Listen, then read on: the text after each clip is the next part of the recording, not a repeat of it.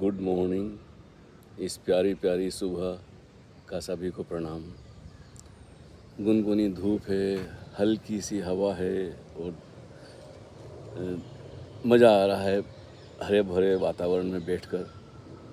बहुत कुछ असर पड़ता है हमारे जीवन में।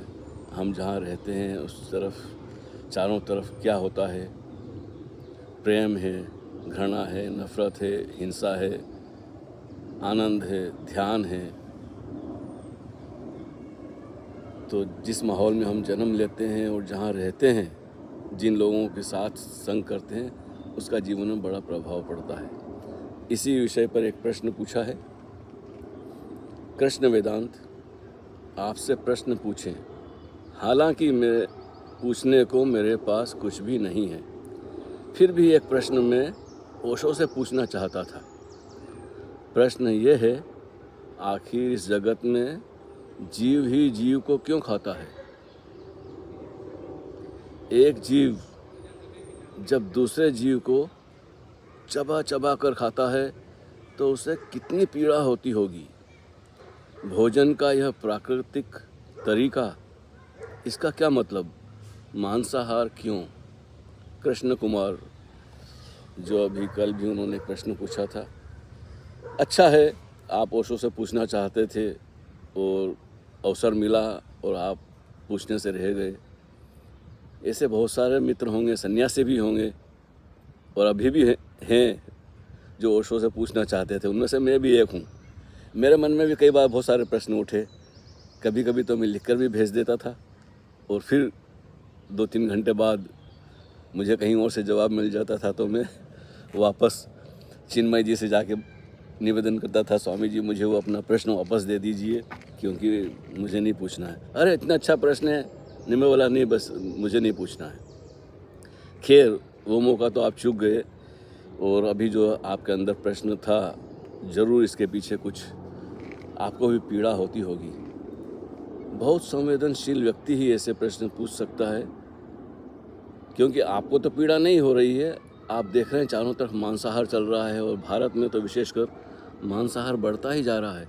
मैं ऋषिकेश में था 74 में। जब मैं गया था ऋषिकेश तो एकदम इतना स्वर्ग जैसा सुंदर था सब कुछ।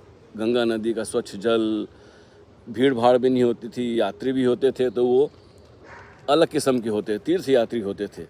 अब तो पिकनिक स्पॉट बन गया है। शराब और मांसाहार और क्लब और भीड़ भाड़ और शोर शराबा, ना मालूम क्या क्या।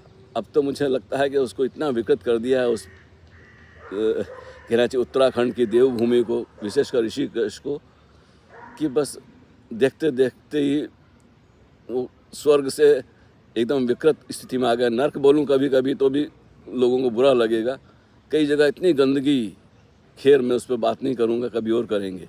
अभी मैं घूम के आया हूँ, मुझे 8-10 महीने का रहने का मौका मिला है। आपके प्रश्न से मुझे वो याद आ गई कि हमारे हाथ में है। हम स्वर्ग को भी नर्क बना ले सकते हैं और नर्क को भी हम स्वर्ग में परिवर्तित कर सकते हैं। मनुष्य की ये क्षमता है। आपका प्रश्न मांसाहार से संबंधित है।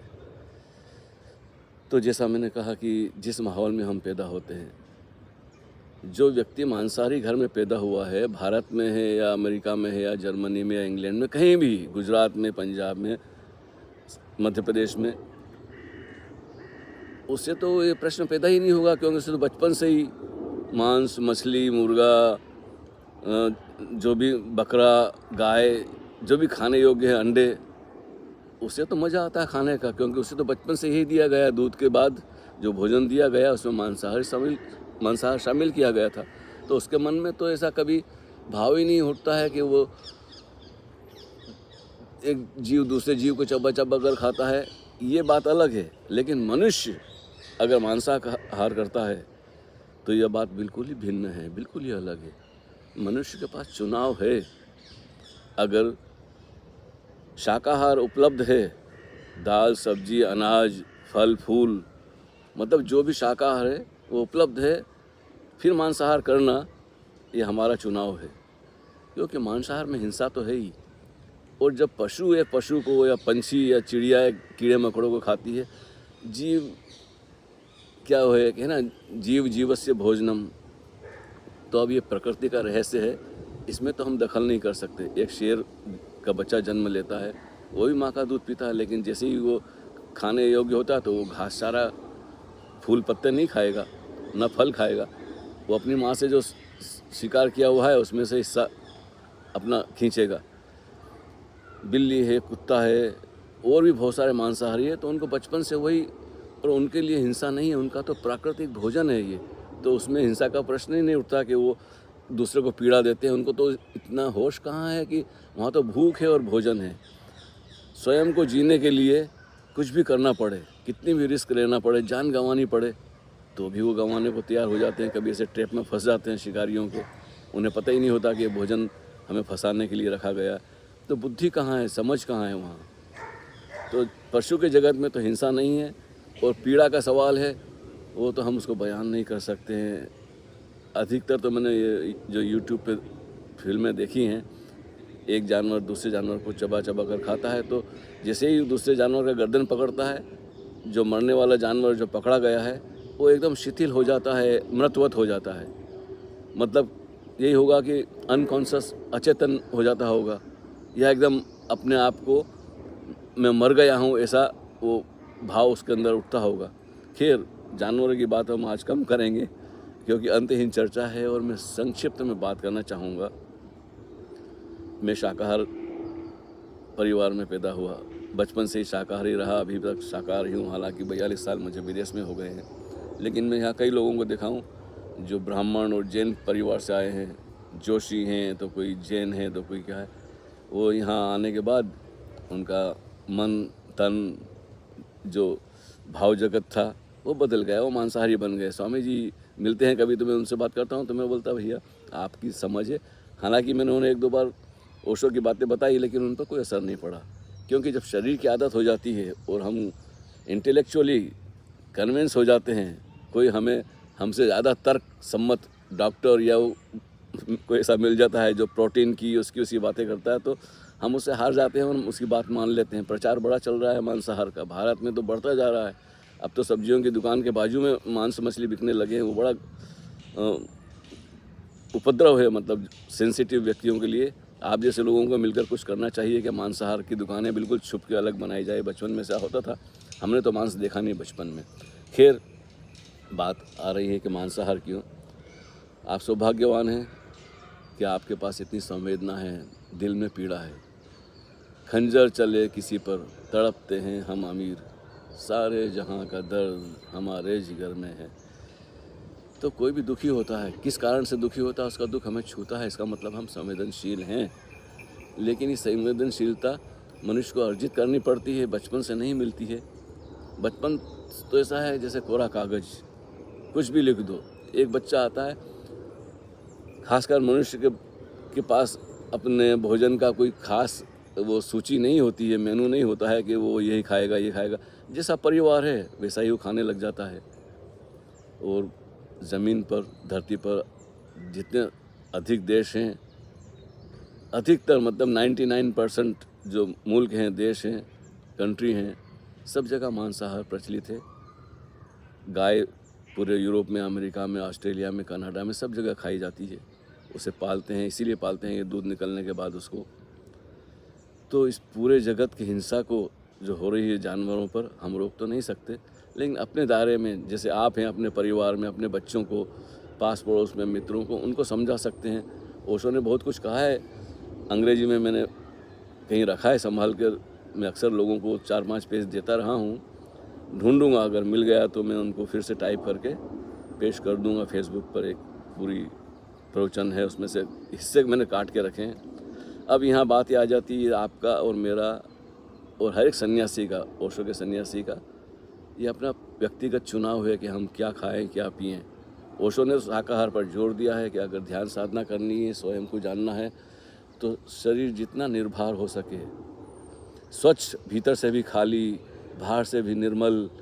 जैसे हम स्नान करते हैं तो भीतर का स्नान ध्यान है, उससे अपने आप ही। मैंने देखा है सक्रिय ध्यान करने वाले के कुछ लोगों को जो मांसाहार करते थे, शराब पीते थे, सिगरेट बीड़ी पिया करते थे, धीरे धीरे जब सक्रिय ध्यान करने लगे मेरे साथ, तो 2-3 महीने में वो भूल गए सब धीरे धीरे। ऐसा नहीं कि मैंने उनको समझाया, ओशो ने उनको समझाया, ओशो को ज़रूर सुनते थे, लेकिन बस उनकी वो आदत है सफाई होने से, जब घर साफ़ सुथरा हो जाता था फिर किसी भी तरह की छोटी सी गंदगी हमें बुरी लगती है। ऐसा ही जब शरीर भीतर से साफ़ हो जाता है तो थोड़ा सा धुआं भी आ जाता है सिगरेट का तो बुरा लगता है। हालांकि किसी ज़माने में हमने भी पी, तब की बात अलग थी, जमाने के आसपास का जो माहौल था उन्होंने पकड़ा दी तो हमने पी ली, लेकिन कभी पसंद नहीं आई। तो स्वामी जी कृष्ण कुमार मांसाहार क्यों, जिसको जो भोजन मिला बचपन में वो उसकी आदत हो जाती है। हमारी बातों से वो समझने वाले नहीं हैं। मैंने बहुत कोशिश की, यहाँ जो भी मिल जाते थे व्यक्तिगत रूप से। मैं सड़कों में जाता हूँ और कोई सड़क पे 2 व्यक्ति खड़े होते हैं, 3-4 इधर उधर खड़े होते हैं, और वो यहाँ पर उनका वो संगठन है जिसको NGO कहते हैं, ऐसा कुछ है, जो पशुओं पर जो अत्याचार हो रहे हैं उनको बचाने के लिए खोला गया है, और लाखों डॉलर करोड़ों डॉलर वो इकट्ठा कर लेते हैं, लोगों को फुटपाथ पे पकड़ के समझाते हैं कि we are protecting cruelty on the animals. तो मुझे भी 2-4 बार उन्होंने पकड़ लिया। एक बार मैं फुर्सत में था तो मैं खड़ा हो गया, तो मैं बोला भाई क्या बात है, बोलता वी आर कलेक्टिंग मनी। मैं बोला फॉर व्हाट, बोलता to save animals, we love animals so we want to protect them from cruelty. तो मैं बोला अच्छी बात है। खैर उससे मैंने अंग्रेजी में बात करी, यहाँ तो मैं हिंदी में बोलूँगा। तो मैंने कहा सबसे पहले ये बताइए श्रीमान जी, आप मीट खाते हैं? तो बोलता ओ यस। मैं बोला कौन सा मीट खाते हैं? बोलता all mostly I eat beef, गाय का मांस खाता हूँ, मुर्गा भी खाता हूँ, बकरा भी खाता हूँ, मछली, अंडा, सब कुछ, मतलब जैसा घर में बनता है बचपन से। तो मैं बोलता, मैंने फिर उनको समझाया अंग्रेजी में ही, then why you talk nonsense, why you pretend that you love animals, because you yourself eating meat and for your meat somebody is killing animal, first you have to drop the eating meat. मैंने कहा तुम ये बनावट क्यों कर रहे हो, जब तुम खुद मांसाहारी हो, रोज़ मांस खाते हो, तो ये क्या चक्कर है? तो बोलता नहीं, ये लेबोरेटरी में जो प्रयोग किया जाता है जानवरों के ऊपर, उन्हें उल्टा सीधा लटकाया जाता है, उन्हें इंजेक्शन दिए जाते हैं, वहाँ से हम जानवरों को बचाना चाहते हैं। बोला फिर ये तो बड़ी लंबी कहानी है, आई एम सॉरी। तो मैंने कहा भाई, जब अगर सच में ही तुम पशु को प्रेम करते हो तो तुम अपना जो आहार है उसे बदलो, बाकी मुझे ऐसी चीज़ों में रुचि नहीं है। मेरे बहुत सारे दोस्त हैं जो ईसाई और मुस्लिम फैमिली से हैं, उनको बचपन से मिला है, वो मुझे समझाते हैं कि भाई ये बकरा स्वामी जी खाइए, हम तो आपका भोजन कर लेते हैं, आप हमारा नहीं करते। ये बकरा भी शाकाहारी था। तो मैं बोला भाई आपको मुबारक हो, मैं तो सलाद से और ये आलू से और इससे काम चला लूँगा, कोई सब्ज़ी वगैरह बनी है तो जितना संवेदनशील व्यक्ति होगा, जितना बोध होगा उसके अंदर, करुणा जो शब्द है बुद्ध का, या ओशो ने भी बहुत उपयोग किया है, वो हाईएस्ट क्वालिटी है, वो श्रेष्ठतम गुण है व्यक्ति में, करुणावान होना। ओशो जब पूना में मिलते थे शुरू में, जब 33 नंबर में आए थे लाओत्सो हाउस में रहने के लिए, तो वो अपने बगीचे में ही बैठते थे कुर्सी पर, और घास पर ही लोग आके उनसे 10, 12, 15 कम लोग थे मिलने वाले, तो उसी गार्डन में हरी नरम सी घास बड़ी प्यारी थी, उस पर आके लोग बैठ जाते थे और ओशो उनसे बातचीत करते थे, वो प्रश्न पूछते थे, जवाब देते थे। फिर ओशो ने गौर से देखा लोग बैठे हैं, लेकिन कोई बैठे बैठे वो घास खींच रहा है ज़मीन से, अपने पाँव के आसपास बैठे जहाँ बैठा होता खींच के। तो ओशो ने फिर उस जगह बैठना बंद कर दिया, फिर वो पोर्च में बैठने लगे टाइल्स पर, सीमेंट पर। हाँ, क्योंकि ये लोग घास पर बैठने लायक नहीं है। बात ओशो से कर रहे हैं या सुन रहे हैं, ओशो किसी को कुछ समझा रहे हैं, वो 10-12 लोग बैठे हैं, उसमें से 1-2 लोग वो घास खोदे जा रहे हैं ज़मीन से, उंगली से पकड़ के अंगूठे से खींच रहे हैं, वो फेंक रहे हैं या कभी मुंह में डाल रहे हैं। उनको बोध ही नहीं, उनको होश ही नहीं है कि वो क्या कर रहे हैं।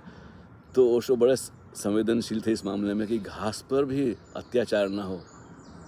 पशु पंछी की तो बात ही छोड़ो, उनके बगीचे में, ओशो के आसपास जो बगीचा था, उनकी कटाई छटाई नहीं होती थी, किसी पे कोई डराता या हथियार से काटे नहीं जाते थे। और जैसे जंगल है, स्वाभाविक रूप से अपने स्वभाव में जीने का अधिकार प्रत्येक को है। तो हमने तो ये सब देखा है, इसलिए हमें इतने बरस हो गए विदेश में, लेकिन हम उससे दूर रहें, ना तो कभी अंदर से इच्छा हुई, न कभी हमने उसको समर्थन किया। तो ये आपका अपना व्यक्तिगत मामला है, पीड़ा तो बहुत होती है, पशु को भी होती है, मनुष्य को भी। शरीर तो सबके एक जैसे हैं, भूख लगती सबको एक जैसी लगती है, कुत्ता हो, बंदर हो, हाथी हो, ऊँट हो, बच्चा हो मनुष्य का, कीड़ा मकोड़ा, भूख सबको लगती। पानी और भोजन तो सभी को चाहिए, लेकिन हमारे भोजन के लिए हम किसी की हत्या ना करें, किसी का जीवन ना छीनें, ये करुणा है, ये दया है।